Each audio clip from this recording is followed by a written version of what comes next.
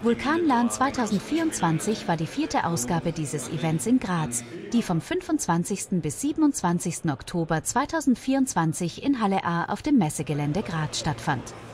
Die Vulkan LAN ist immer was ganz, ganz Besonderes. Du hast da eine LAN, das ist die größte in Österreich, da kommen alle zusammen und das ist so ein bisschen wie ein Familientreffen. Das heißt, du hast da wirklich ganz, ganz viele Leute auf einem Platz, die sich freuen, sich mindestens einmal im Jahr hier alle wiederzusehen.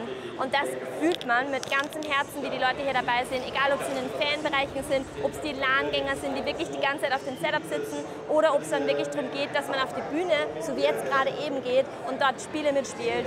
Das ist wirklich was ganz, ganz Einzigartiges. Das Event zog 1192 Teilnehmer an und überschritt damit erstmals in Österreich die Marke von 1000 Teilnehmern. Also wir haben den Peak an Besuchern, das sind 1192. So viele hatten wir noch nie und das ist die wirklich meistbesuchte LAN in Österreich, die größte, die wir haben.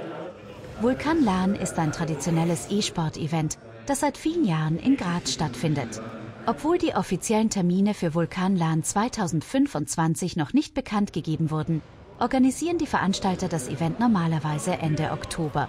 Für die neuesten Informationen zu zukünftigen Veranstaltungen folgen Sie Vulkan LAN auf ihren Social-Media-Kanälen.